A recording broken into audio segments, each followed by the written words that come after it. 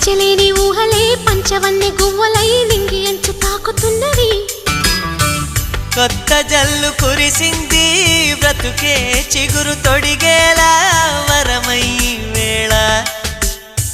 వానవిల్లు విరిసింది మిన్ను మన్ను కలిసేలా ఎగసే వేళ. అణువణువును తడిపిన ఈ తడి అమృత వర్షిణి అనుకోనా. అడుగడుగున పచ్చని బాటను పరిచిన వనమును చూస్తున్నా.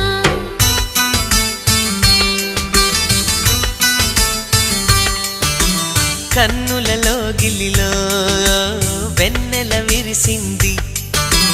చల్లని జాబిలితో స్నేహం కుదిరింది.